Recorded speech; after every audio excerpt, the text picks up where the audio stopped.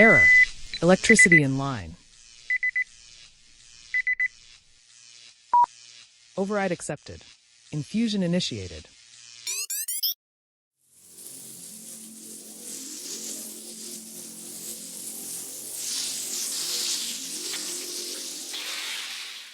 Welcome to the INS Infusion Room, the official podcast of the Infusion Nurses Society.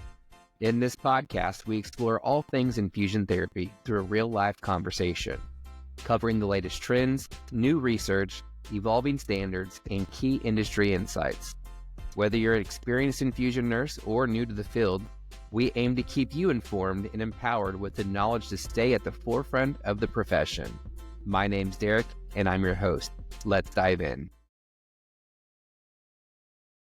Thank you for tuning in to another episode of the INS Infusion Room. This is part of our special series. We are located in the exhibit hall at INS 25, and we are bringing information to you. Today we have Suzanne Strasters with me today, and we're going to talk about some of the work that she's doing and also her experience. So let's start out with, do you mind to tell the listeners a little bit about yourself and your experience and what got you to where you are today? Yes, actually, it's kind of an interesting journey. So I've been a nurse since 2005, so it's been a good 20 years, and started out in acute care, like hospital setting, did a lot of like ICU step down, telemetry, all the hospital type of work. And after a while, I was getting a little burned out. Just the 12-hour shifts were difficult. Yeah. It can be emotionally taxing. Yes. And so I was just looking for something to do on the side that was just a little bit, I don't know, more relaxed, I guess, Yeah. So I actually fell into infusion therapy. I found an ad on Craigslist back when Craigslist was a thing. Yes. Looking for that brings back a lot of memories. I know. Is this still a thing? I don't think so. I don't think so. I have not looked in a while. I would not recommend looking for a nursing job on Craigslist in 2025 at this point. Okay. So, but I found this ad and it was just like, per diem, home infusion. At that point, I was really good at IVs. I was very comfortable with infusion therapy. Yeah. So I was like, this sounds awesome. And the specialty pharmacy that was looking for the nursing was doing strictly IG therapy. I had never infused IG, didn't know what it was for, didn't know why I was going to be giving it, and I was like, yeah, I'll take it, I'm down to do this. And so and was you doing this in the home? Yeah. So home and infusion. That's adding to it. Yes, it's not absolutely. just infusing IVIG, it's infusing in the home. Yeah, where you have no support. Yeah, no, like you don't have, extra clinical support. You don't have the equipment. So, but my first few infusions were great. They went great. No reactions. I had some great training from one of the nurse educators at the pharmacy. Yeah. And the training, did they talk to you about what to look for with the reaction and what to do with that? Yeah, she did. Did you feel prepared? Very prepared. I did. Lucky. I felt really good about it. My past nursing experience, I had done a lot of registry work. Yeah. I had actually I even covered some strikes and stuff. So I was very flexible. I was used to just kind of getting in there and just doing what needed to be done. Yeah. So I had that confidence and that flexibility. But yeah, this was very new, going into somebody's home, placing an IV. Yes. And then this was when IVIG was more common than sub-Q. So, so I kind of got into that. And then for the next several years, I just spent more time doing infusion therapy and kind of, got away from acute care because I really enjoyed the relationships I built with my patients. Yeah. I liked getting to know them. I loved the technical aspect of it. Yeah. And then I started doing education for industry manufacturers and fell into that. And now that's exclusively what I do. So I went back to school. I got my nurse practitioner degree. And, ooh, congratulations. When did you finish that? I graduated in 2022. So I'm still pretty young. Yeah, young and quick. Yeah. It's quick. Well, totally. Yeah. That's great. You've done some recent work with helping your company with subcutaneous administration of IG. Yes. Correct? Am I saying that correctly? So the company I currently work for, their product is IV only, but the place I was with before, they had a sub-Q IG infusion pump. Okay. Yeah. Fantastic. So yeah, and it's incredible, working, in the pharmaceutical side where they're making the actual therapies. And then also I've worked on the device side. Yeah. It's really interesting to kind of learn, each parts of those, the industry and how they react What's and been interact. what's been your biggest takeaway from going to the quote unquote dark side? I know. I knew you were going to ask me that. I knew you were going to ask. And actually, I have a great answer. So, She came prepared. yes, because I really did actually struggle with that in the beginning because I was just like, pharma has a reputation for being the dark side a lot of times. And I think that just comes from a knowledge gap around like what they really do. But every company is different. But what I love about the products I support is that we can't just manufacture these products. We're relying on plasma donations from people, being generous and Sure. donating. And, these are life-saving medications that people really need. And we can't just create them in a lab, Sure. So 100%.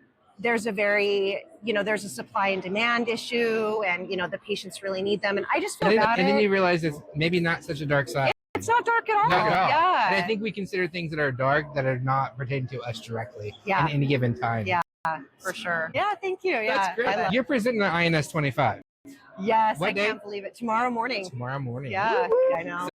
Thank you. And tell the listeners what you're presenting on. So I'm actually going to be presenting on IG. So administration of IG intravenously, subcutaneously, and then there is one product that's like a facilitated sub-Q IG. So I have a lot to go over in my 1 hour. For a minute there, I was like, have I bitten off more than I can chew? Like, is this too much? But I've got it. So yeah, we have a lot to go over, but I'm just going to talk about like best practices on how to ensure patient tolerability, because the patients that are receiving these therapies, like I think the most important thing for nurses to understand is that these are lifelong therapies. Yes. So we have such an important role to try to do our best to ensure that they tolerate it well, Sure. that they understand why they're getting it. And that can really affect like their adherence over time. And that's going to affect their outcomes, Absolutely. So it's a big responsibility. And I think it's overlooked a lot or like minimized, nurses are overlooked a lot, and I think our roles can be minimized, but this is a big deal. And patients really, they really appreciate us. So yeah, make a difference. You talked about pharma. Yeah. And we talked about nursing. Yeah. What's the best advice you can give to bridge the gap in the communication realm between pharmacy and nursing? Pharmacy and nursing. Oh my goodness. There tends to be a gap sometimes. There's a gap. Yeah, there can definitely be a gap. Have you identified any breakthroughs? I Provide some advice. I wish I could say that yes, I have, but honestly, I think the biggest thing, I think there has to be a change in the culture, especially in the acute care setting, like in hospital setting. Yes. Like, I think we're very, very busy and we're all just focused on our individual roles. And I think we're so much stronger when we can collaborate together. Like right now I'm on a team, I'm the only nurse on my team and I work with some pharmacists and, they're so different from me, their backgrounds, their education, and the way that they approach clinical practice. And I've learned so much. And I think they've learned a lot from me as well. So I just think we just need to learn to work better together. Yes. When I was in the hospital, I remember I'd always complain about pharmacy. I was just like, they're slow. I was going to ask you that next. They're slow. They never get me what I need, or, they send me the wrong bag or whatever. And I think it's just, it sounds kind of corny almost, but just taking a pause and realizing like we all have our own roles, and you could apply that to like physical therapy or occupational. It's like they're coming in to take your patient away 100%. And you're like, I'm about to do something with them, Being collaborative in that interdisciplinary team is key. Like we all have the same goal, and I think we just get really busy and we're just focused on the task at hand. But I think kind of just expanding your perception and looking at the bigger picture. And that's, you want to help this patient. So what's next for your career? Can you share some goals that you have upcoming? I feel like I am doing really well right now. I'm really excited. Yeah, I have grown a lot just in the last couple of years, and I love what I'm doing, and I love these kinds of opportunities. I've always wanted to have the opportunity to speak at conferences like this and do interviews like this. And so, I'm living my dream right now. I'm doing great. Yes. I love it. Yeah, it's been amazing. So I just want to keep like riding this wave. Yeah. Yeah. So I'm assuming you've been to INS before. Is this Yes. your first time? This is my second time. Your second time. Yeah, Okay. I was here last year. Yeah. Great. So And how's the vibe been so far? it's awesome. It's awesome. And I can see the growth in INS. It's like there's a lot more people here this year. Yes. It's a great venue. I think we doubled our attendance It's this year. incredible. Yeah, the expo hall is just buzzing. And last year when I attended, the only reason it was my first time is I just didn't have the opportunity before, but I was always curious. And last year I was like, nurses are doing such cool things. Like, when I first started out, nurses in the hospital, like we couldn't place art lines. We weren't placing PICC lines. Like we weren't doing all this cool stuff. And when I talk to nurses here, it makes me realize like there's a lot that I don't know. Yeah. And that we're just doing such cool things. Like I'm just so proud of nurses in the nursing profession. It's amazing. I am so cool. I was filled with gratitude this morning looking at the lineup, working really hard with NCOE on that and see it come to life, and all the brilliant speakers that are here and experts. It's just nothing can describe that feeling or that buzz that you feel or that rejuvenation that you get and be able to take back that knowledge to your teams and implement practice. So super inspiring. Yeah. Well, thanks for joining us today. Do you have any final thoughts?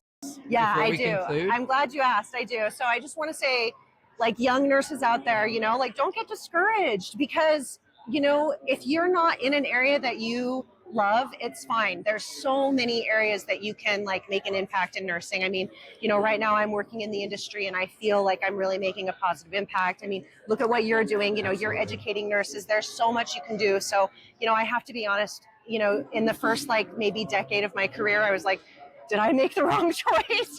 Just because it's stressful and sometimes, it can be thankless and, all the tasks kind of fall on you and, it can be emotionally taxing and mentally taxing and it can be brutal, but I just want to say stick it out because it's an incredible career and there's so much you can do and just find somebody that you can like go to as a mentor or someone you trust that can help you on the way. That's a great message. Hang in there. Just hang in there. It will be fine. I think we've all experienced burnout at some point in our career. Yes. Me too. So just find where you belong.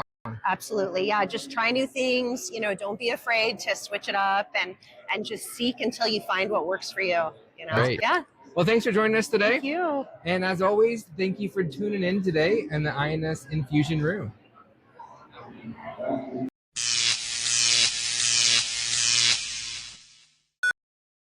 Infusion complete.